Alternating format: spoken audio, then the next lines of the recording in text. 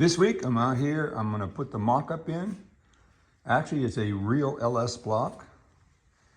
Real LS heads, they're kind of dirty, but you know what? It's okay. This is a real bell housing, LS bell housing in a real Tremec 5-speed. So I have that mounted secure enough. When I'm coming here and I remove the roaster chuck cross member, get it out of the way.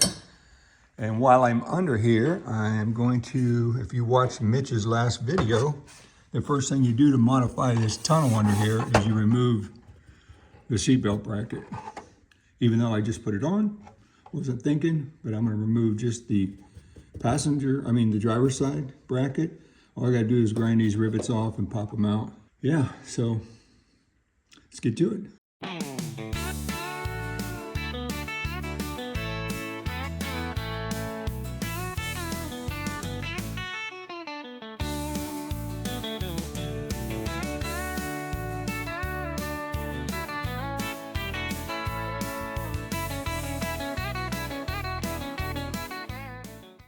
Okay, as you can see, I have the driver's side seatbelt brace removed from the corner.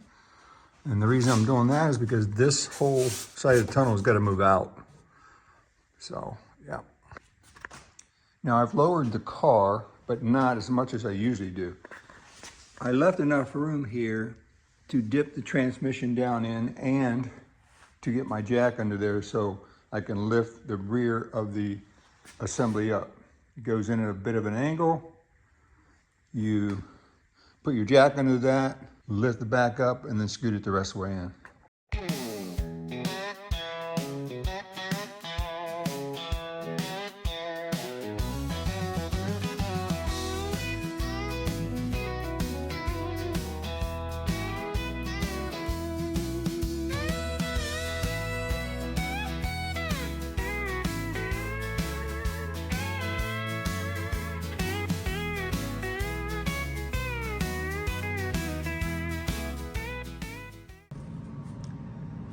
I have it positioned in there just temporarily. It's not exactly where it's supposed to go, but I do have it in there now. I'm going to go ahead and add the motor mounts. You look in here, the shifter is located somewhat close. It could come more forward. But yeah, it's kind of in the middle there, but yeah.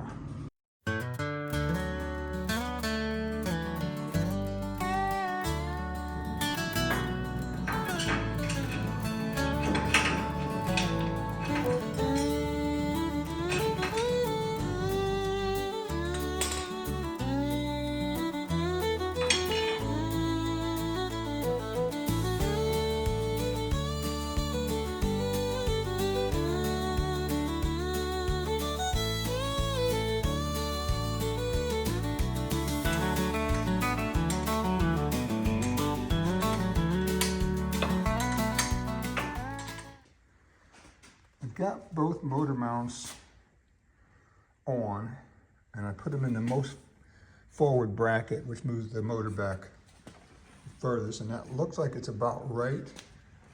Putting the shifter in the middle, so let's get these located down, get a bolt through there, see how she lines up. I have the block, bell housing, and transmission in there. I decided to move it forward a little bit, just 1 notch, which is about a 1/2 inch, I think. Yeah, about a 1/2 inch. Made it a little bit easier installing there. Put the shifter about in the middle as far as forward and back goes. Now that shifter is offset pretty hard to the driver's side. It's pretty much centered as far as the drive shaft goes in the chassis, but not in the body. I'm going to have to investigate that, see if there's an offset shifter I can stick in there to get it more back into the middle. Or I could just put a spacer and just get the shifter back in the middle with longer bolts. We'll see. What we're looking at now is where the shifter tower comes up, because let me explain something to you. The Roadster Shop chassis centers the driveline. In the original C2 Corvettes, or at least the 63, the drive line was offset to the passenger side by 1 inch. So that puts this tower 1 inch to the driver's side, which, as you can see, does not fit the original hole. So I'm going to bubble this out a little bit, which means I won't be able to use my original trim or basil that goes up here, but that's all right.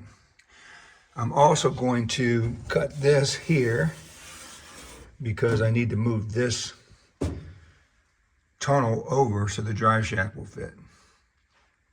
So right now I'm just going to get the drive shaft in there because I want to see, this drive shaft was pre-made by Midyear Mitch.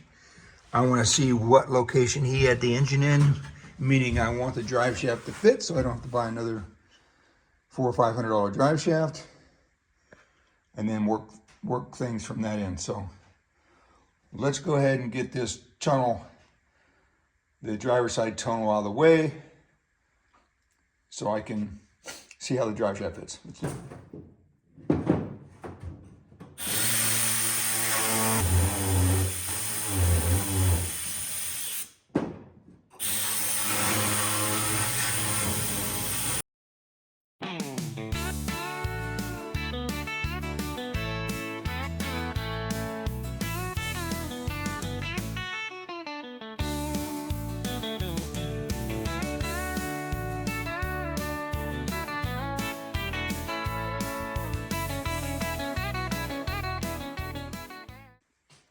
Okay, I've clearanced the tunnel, clearance that so I can get it up in position, so I can figure out how much I got to move that tunnel wall over.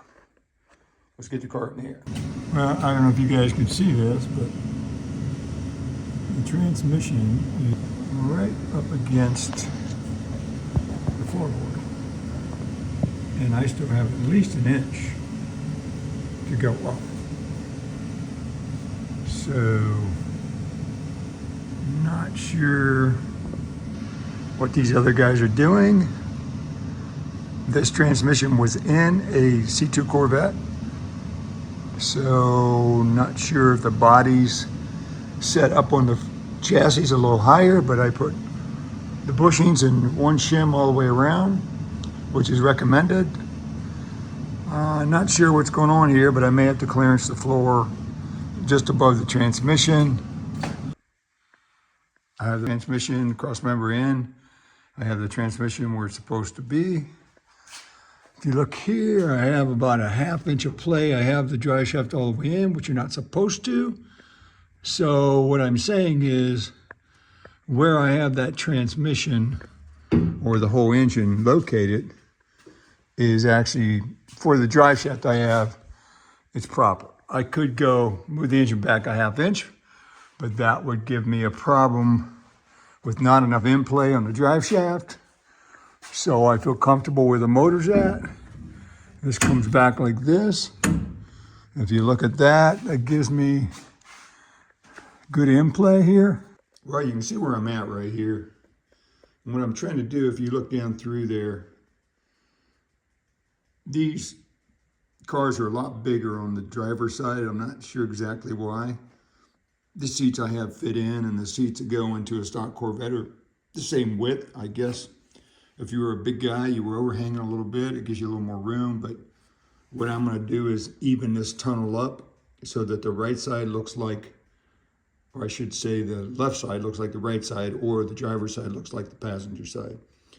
So I've cut out some cardboard. I'm going to create that curve and that pattern and try to get this side to manipulate and do some stuff I want.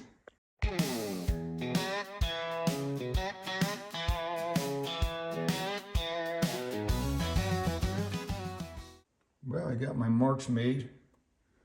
I'm actually going to cut out a 1 inch to 0 wedge. It's just going to make the console look more uniform and centered.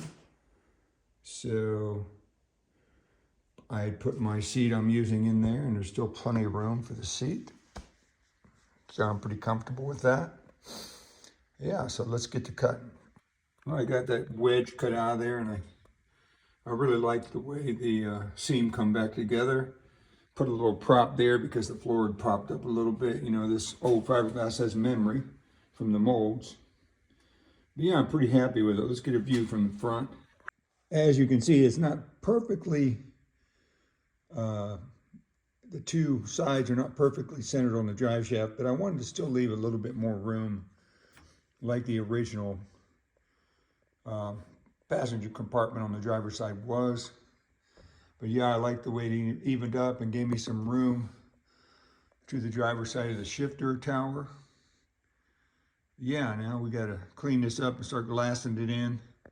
Hope you guys got something out of the mock-up I did and how I need to modify it. Remember, there's a lot of different transmissions. This is a Tremec 5-speed and a roadster shop chassis with a C2 Corvette. Might be a little different for your transmission, but I think the general idea is the same. But remember, mock it up. You got to put up whatever you're putting in there, you need to mock it up first to make all the modifications correct, because I found little nuances and little things I had to change. But next week, we're going to actually glass it in. Hope you enjoyed the video. Talk to you next week.